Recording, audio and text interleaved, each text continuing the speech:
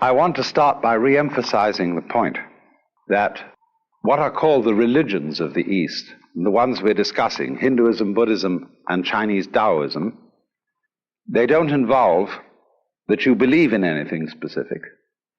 And they don't involve any idea of obedience to commandments from above.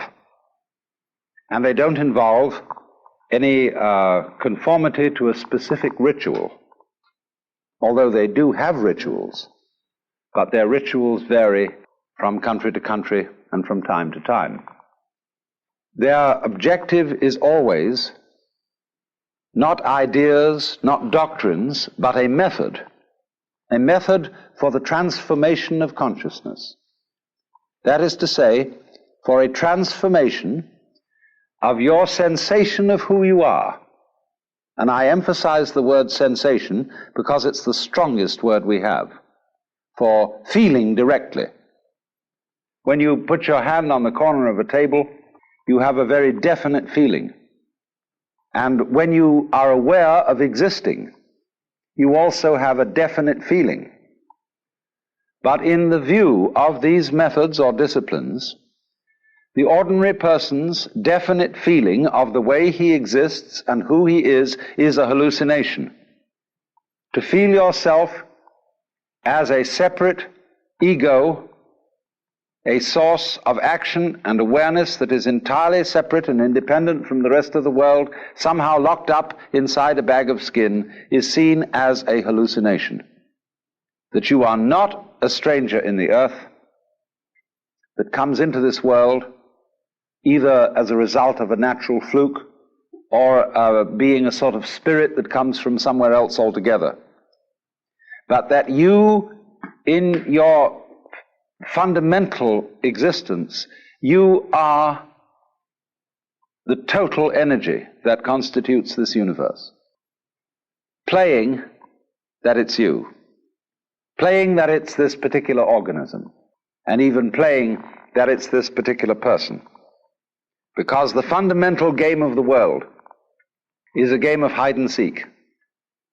That is to say, that the colossal reality, the energy that is everything, that is a unitary energy, that is one, plays at being many, at manifesting itself in all these particulars that we call you and you and you and you and you and you and you and you and this and that and all around us.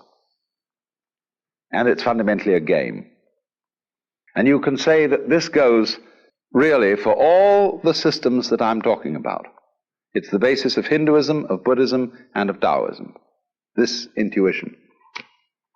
Now today we're going to talk about Buddhism. Buddhism is an offshoot of Hinduism.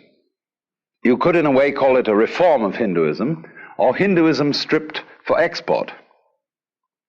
It originates in northern India, close to the area that is now Nepal, shortly after 600 BC.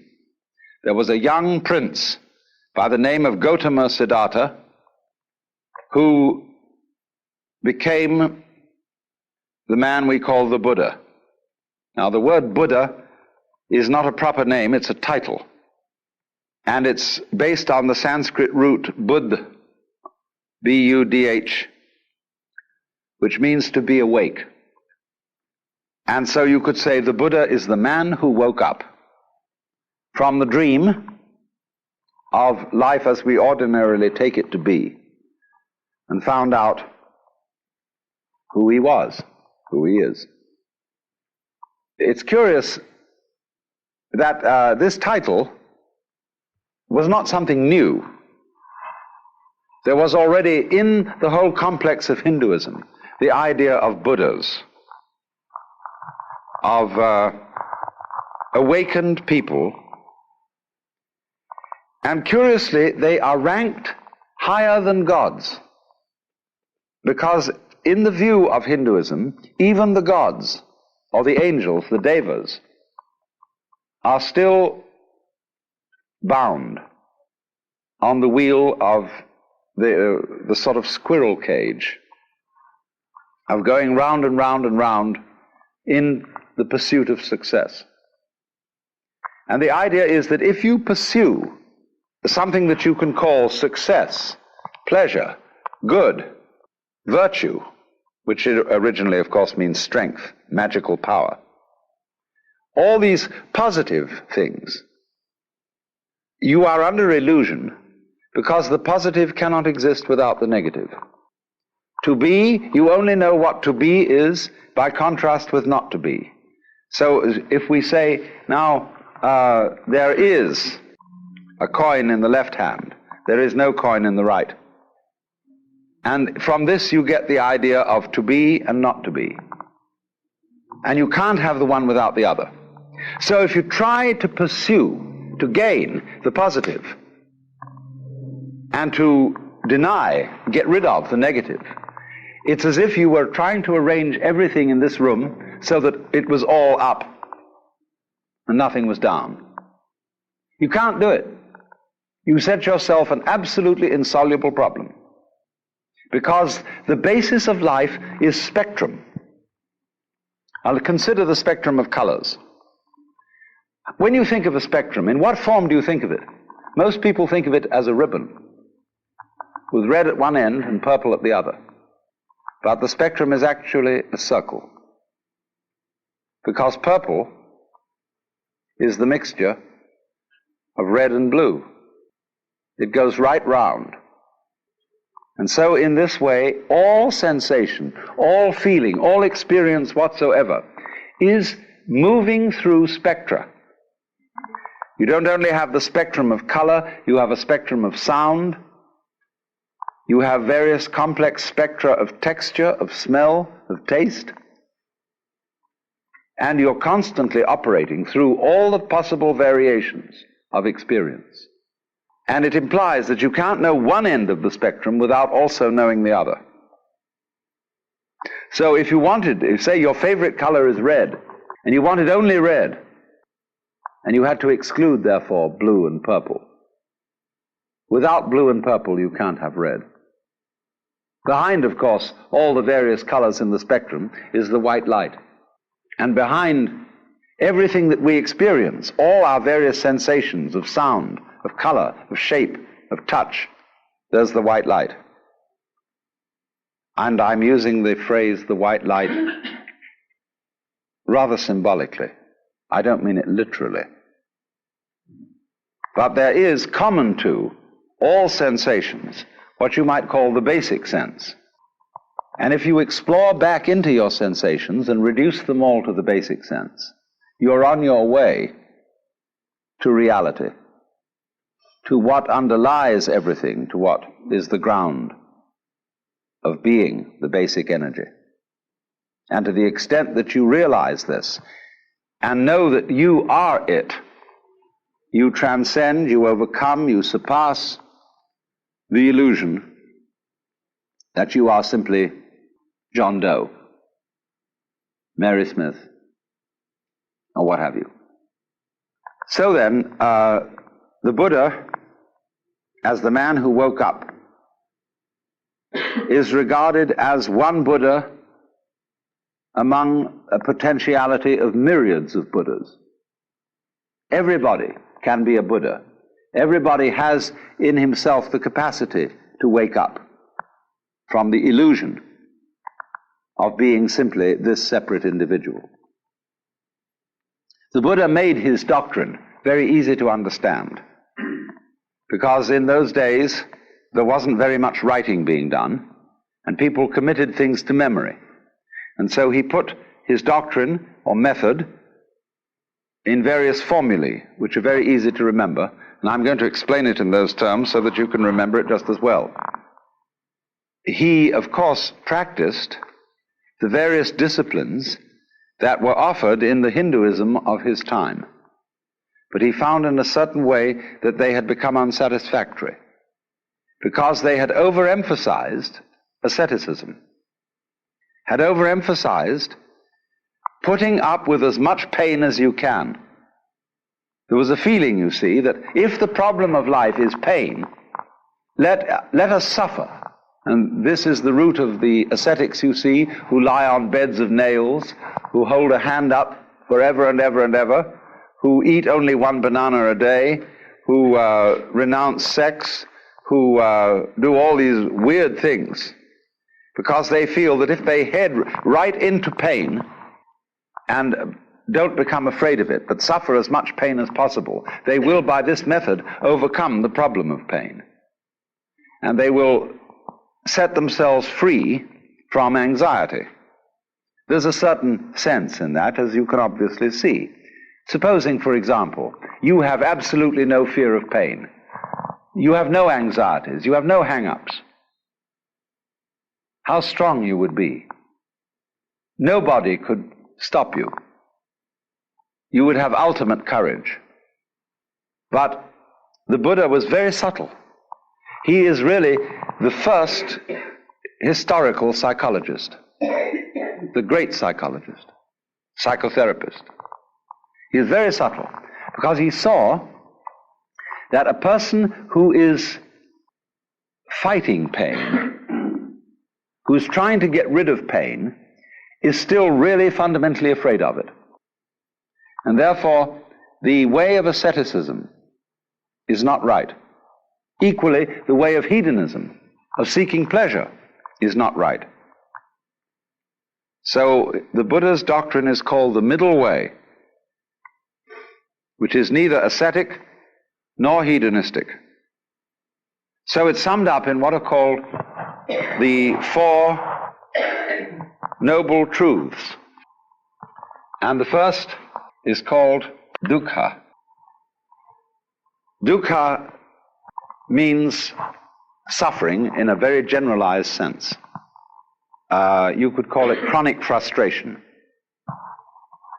And it is saying that life as lived by most people is dukkha. Is an attempt, in other words, to solve insoluble problems. Try to draw a square circle. You can't, because the problem itself is meaningless. Try to arrange the things in this room so that they're all up and none of them down. It is meaningless. Such a problem cannot ever be solved. So try to have light without dark, or dark without light. It can never be solved. So the attempt to solve problems that are basically insoluble, and to work at it through your whole life, that is dukkha. Now, he went on to analyze this, that there are what he called three signs of being. The first is dukkha itself, frustration. The second is anitya, and this means the letter A in Sanskrit at the beginning of a word is often the equivalent of our non. So nitya means permanent, anitya means impermanent. That every manifestation of life is impermanent. And therefore, our quest to make things permanent, to straighten everything out, to get it fixed, is an impossible and insoluble problem. And therefore, we experience dukkha, or this sense of fundamental pain and frustration, as a result of trying to make things permanent. And the third sign of being is called anatman. Now, you know from my talk on Hinduism that the word atman means self. Anatman means, therefore, non-self. That there is in you no real ego. Now, I've explained that already.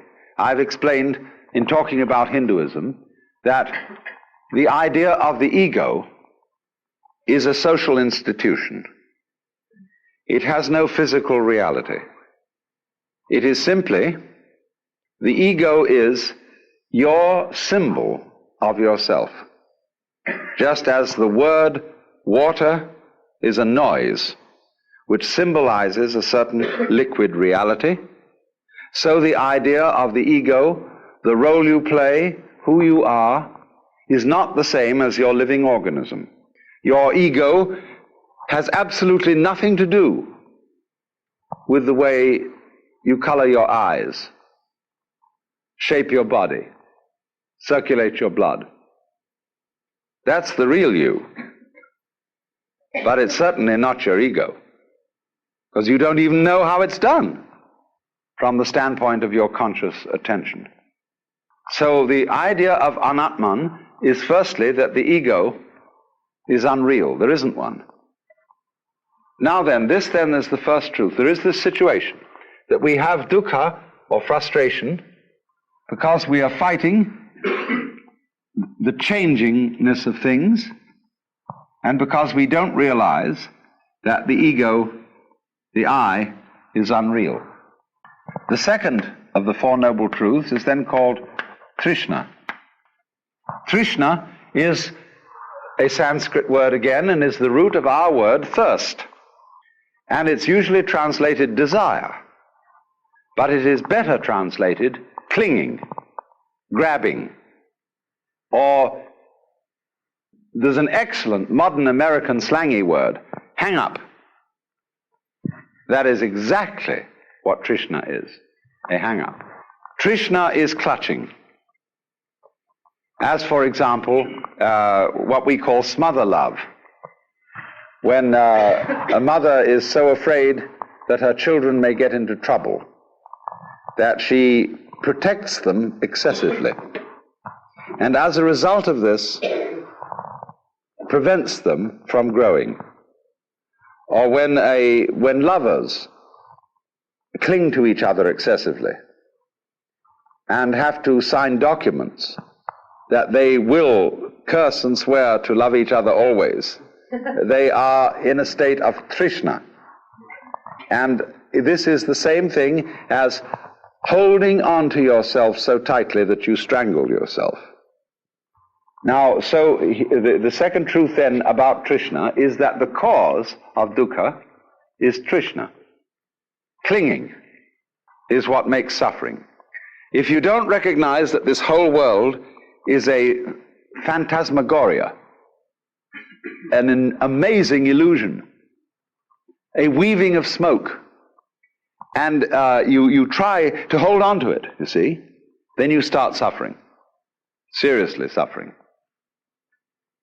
Trishna is in turn based upon avidya, the same negative Vidya, from the root vid, means knowledge, as in the Latin video and the English vision. Avidya, therefore, is ignorance. Gnosis, gna, means, of course, to know. Knowledge is the same thing as gnosis in Greek, to know. So this is not to know, to ignore, to overlook. And I explained in the first talk in this series how we ignore all kinds of things because we notice only what we think noteworthy. And therefore our vision of everything is highly selective. We pick out certain things and say that's what's there, just as we select and notice the figure rather than the background. Sometimes I draw this on the blackboard and ask the question, what have I drawn? What would you say? What have I drawn? The circle. Any other suggestions? A hole in the glass. Yeah, you're getting the point. I've drawn a wall with a hole in it, you see. But ordinarily, you've been reading my books.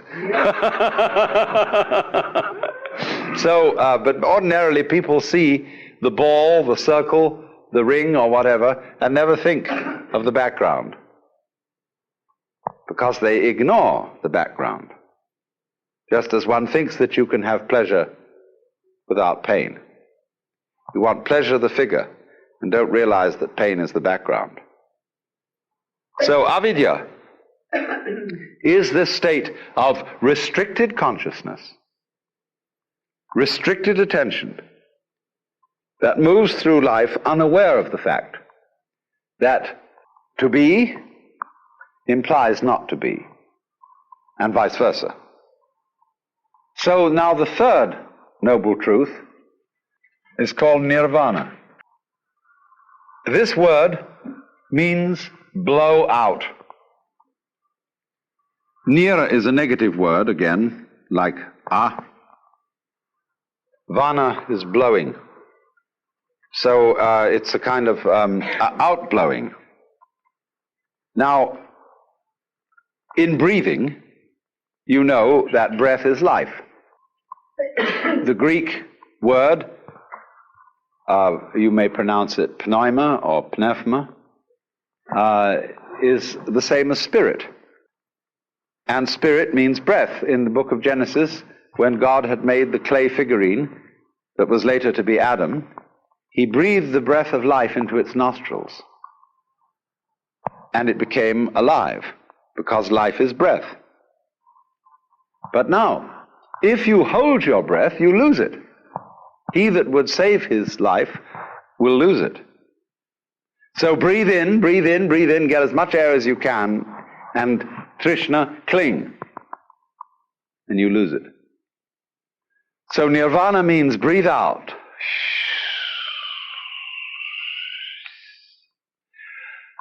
What a relief that was. The sigh of relief. Let it go. Because it'll come back to you if you let it go. But if you don't let it go, you'll just suffocate. So a person in the state of nirvana is what we might call a blown out person, like blow your mind. Let go. Don't cling. And then you're in the state of nirvana. And I re-emphasize the point. This is not, I'm not preaching, see? I'm not saying this is what you ought to do. I'm simply pointing out a state of affairs that is so. There's no moralism in this whatsoever. It's simply pointing out, like, if you put your hand into the fire, you'll get burned. You can get burned if you want to. That's okay. But if it so happens that you don't want to get burned, then you don't put your hand in the fire. So in the same way, if you don't want to be in a state of anxiety all the time, and again I emphasize, if you like to be anxious, it's perfectly all right. If that's, see, Buddhism never hurries anyone on. They say, you've got all eternity through which to live in various forms. And therefore, you don't have just one life in which you've got to avoid eternal damnation. You can go running around the wheel and the rat race and play that game just as long as you want to, so long as you think it's fun. But if there comes a time when you don't think it's fun, you don't have to do it. So I wouldn't say to anyone who disagrees with me and who says, well, I think we ought to engage the forces of evil in battle and put this world to right and so on and so forth and arrange everything in this world so that it's all up.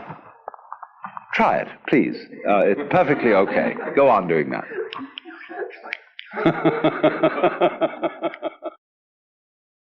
But if you see that it's futile, then you can let go. Don't try to cling. Relax. And if you do that, you're in the state of nirvana. And you become a Buddha. And of course it means that you become a rather astonishing person. You may, of course, be subtle about it and make like you're a very ordinary person so that you don't get people mixed up. And so in Buddhism, the Buddha explained that his doctrine, his method, was a raft.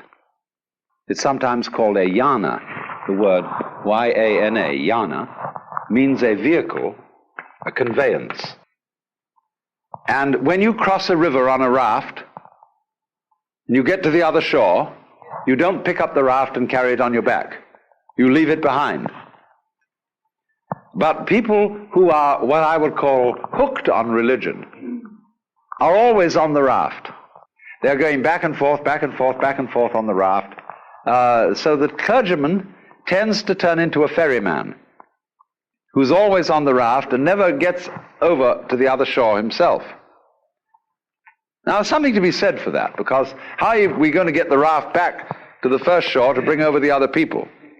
See? Somebody has to volunteer to take the back journey. But he must be awfully careful to realize that the real objective is to get the people across and set them free. If you dedicate yourself to ferrying people across, don't ask them to come back on the raft with you, because you'll get overcrowded and people will think that the raft is the goal rather than the other shore. So when I find this in actual practice, that when clergymen do not ever ask for money, and it's all right, like a doctor who simply charges a fee, says, you come to me, you pay me so much. But the clergyman says, he doesn't say pay me so much, he says, we would like your pledge, your voluntary contribution. See, and then nobody knows what to give. That's the idea of the raft. Now then, the fourth noble truth is called marga. This word means path. And the way of Buddhism is often called the Noble Eightfold Path, because there are 8 phases. I won't say steps, because they're not sequential. Samyak is a very curious phrase. It doesn't mean right in our sense of correct. Sam is the same really as our word sum. Total, complete, all-inclusive. We might use the word integrated, as when we say a person has integrity. That a person who has integrity, we mean he's all of a piece. He's not divided against himself. So in this sense of samyak drishti, this is related to the word darshan, which means a point of view or viewing. When you go to visit a great guru or teacher, you have darshan, you look at him, and you offer your reverence to him. This is darshan. Many senses of it, but it means simply to view. Look at the view. So the Samyak Darshan is the complete view. For example, let's take the constellation called the Big Dipper. We look at it from a fairly restricted zone in space, and it always seems, whatever the season of the year, because we're so far away from it, that those stars in the Big Dipper are in the same position. But imagine looking at it from somewhere else in space altogether, and those stars would not look like a dipper. They'd be in another position. Now then, what is the true position of those stars? Don't you see there isn't one? Because wherever you look, the position alters. You could say that the true situation of those stars is how they are looked at from all points of view, all possible points of view. Inside the constellation, looking outwards, outside the constellation, looking inwards, from everywhere and everywhere. But you see, there is no such thing as the truth. The world, in other words, is not existing independently of those who witness it. Because the world is precisely the relationship between the world and its witnesses. And so if there are no eyes in this world, the sun doesn't make any light, nor do the stars. So what is a relationship. You can, for example, prop up 2 sticks by leaning them against each other, and they will stand. But only by depending on each other. Take one away and the other falls. So in Buddhism, it is taught that everything in this universe depends on everything else.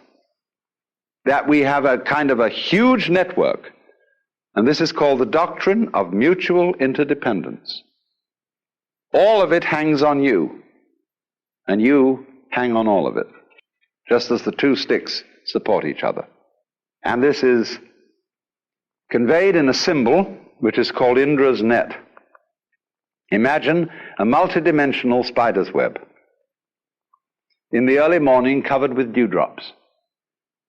And every dewdrop contains the reflection of all the other dewdrops. And in each reflected dewdrop, the reflections of all the other dewdrops in that reflection. And so ad infinitum. That is the Buddhist conception of the universe, in an image. The Japanese call that Jiji Muge. Ji means a thing event, a happening. So between happening and happening, mu, there is no ge separation. Ji mu ge. Now, so the first phase of the Eightfold Path has to do with one's view, understanding of the world. The second phase has to do with action, how you act. Buddhist idea of ethics is based on expediency. If you are engaged in the way of liberation and you want to clarify your consciousness, doing that is inconsistent with certain kinds of action. So every Buddhist makes 5 vows, 5 precepts. And you may perhaps have heard the Buddhist formula of taking what is called Panchasila, the 5 precepts, and they take what are called Tisarana, the 3 refuges, and the 5 precepts. The refuges are the Buddha, the Dharma, the doctrine, and the Sangha, the fellowship of all those who are on the way. So the priest, the bhikkhu, the Buddhist monk, and the lay people will chant the formula. Buddhang saranang gacchami, Dhanghang saranang gacchami, Sanghang saranang gacchami. Those are the 3 refuges, the Buddha, the Dharma, and the Sangha. Then they take the 5 precepts. Panatipata veramani sikapadang samadhiyami. Adinadana veramani sikapadang samadhiyami. Kamesu michachara veramani sikapadang samadhiyami. Musavada veramani sikapadang samadhiyami. Kamesu michahara veramani sura merya majapamadatana veramani sikapadam samadhiyami. So they take these 5 precepts. Panatipata, I undertake the precept to abstain from taking life. Adinadana, I undertake the precept to abstain from taking what is not given. Kamesu michahara, I undertake the precept to abstain from exploiting the passions. Musavada, I undertake the precept to abstain from falsifying speech. Sura merya majapamadatana, I undertake the precept to abstain from being intoxicated by sura, merya, and majapamadatana, whatever they were.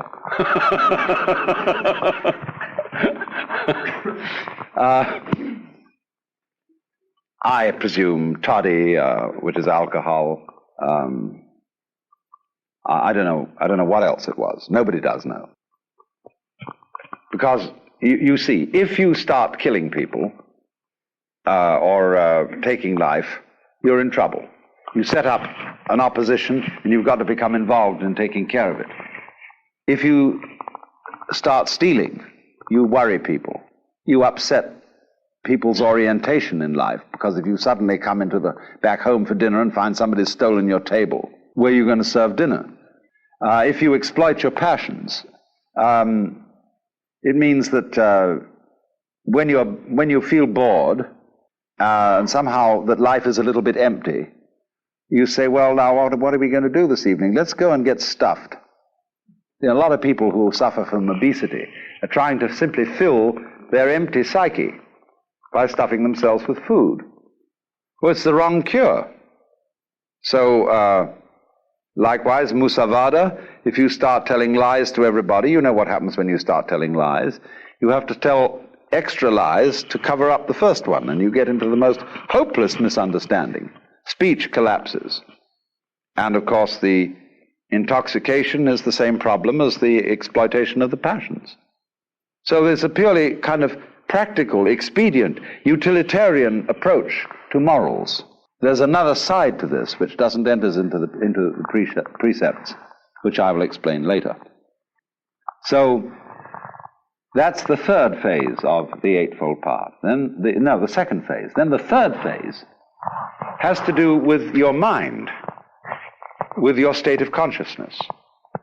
And this has to do with what we would ordinarily call meditation. There are the two final, the seventh and eighth aspects of the path are called Samyak Smriti and Samyak Samadhi. Smriti means recollection. That's the best English word for it.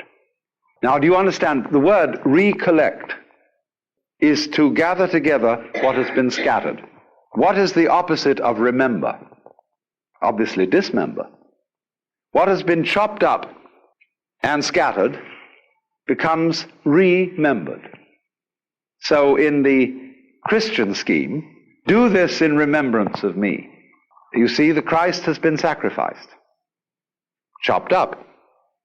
But the Mass is celebrated in remembrance. One of the old liturgies says the wheat which has been scattered all over the hills and grows up is gathered again into the bread. Remembered. Go back to your Hindu basis.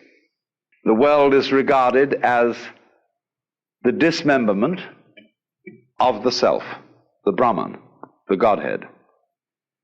The one is dismembered into the many. So remembrance is realizing again that each single member of the many is really the one. So that's recollection.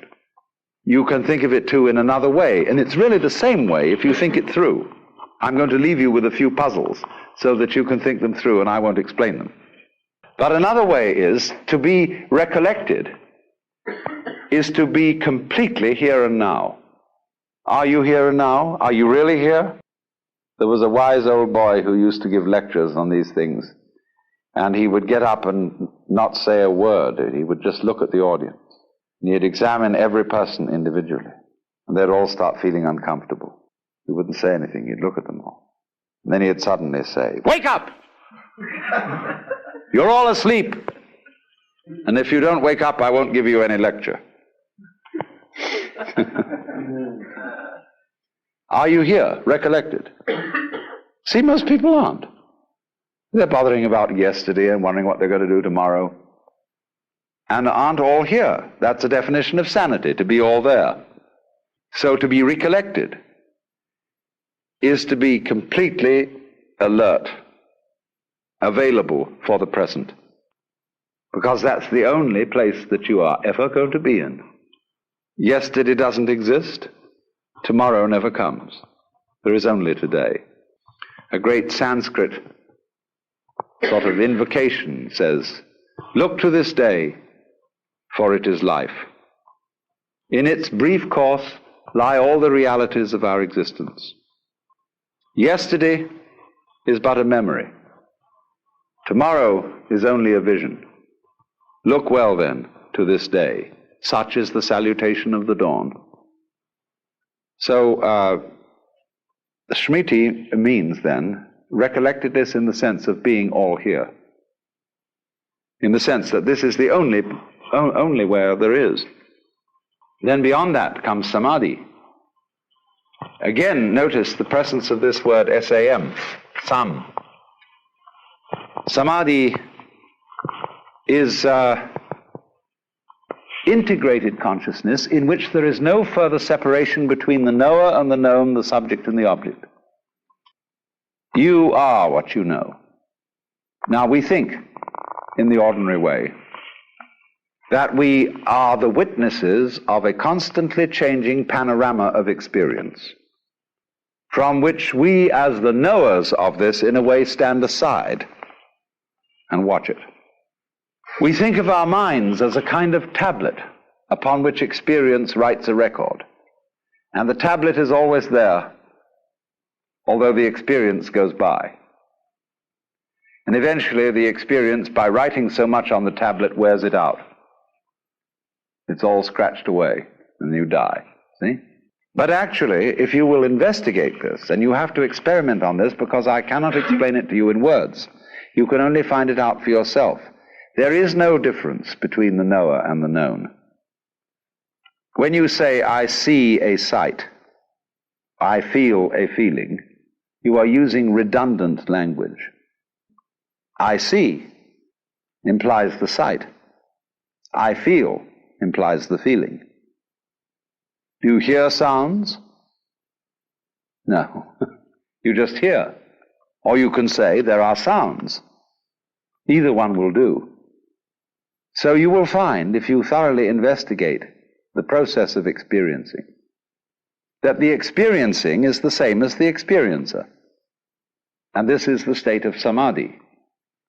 I put it originally in this form, that the organism and the environment are a single behavioral process.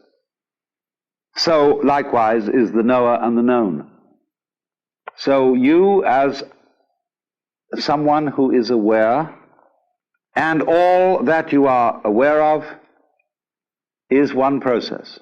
That is the state of samadhi. And you get to that state by the practice of meditation.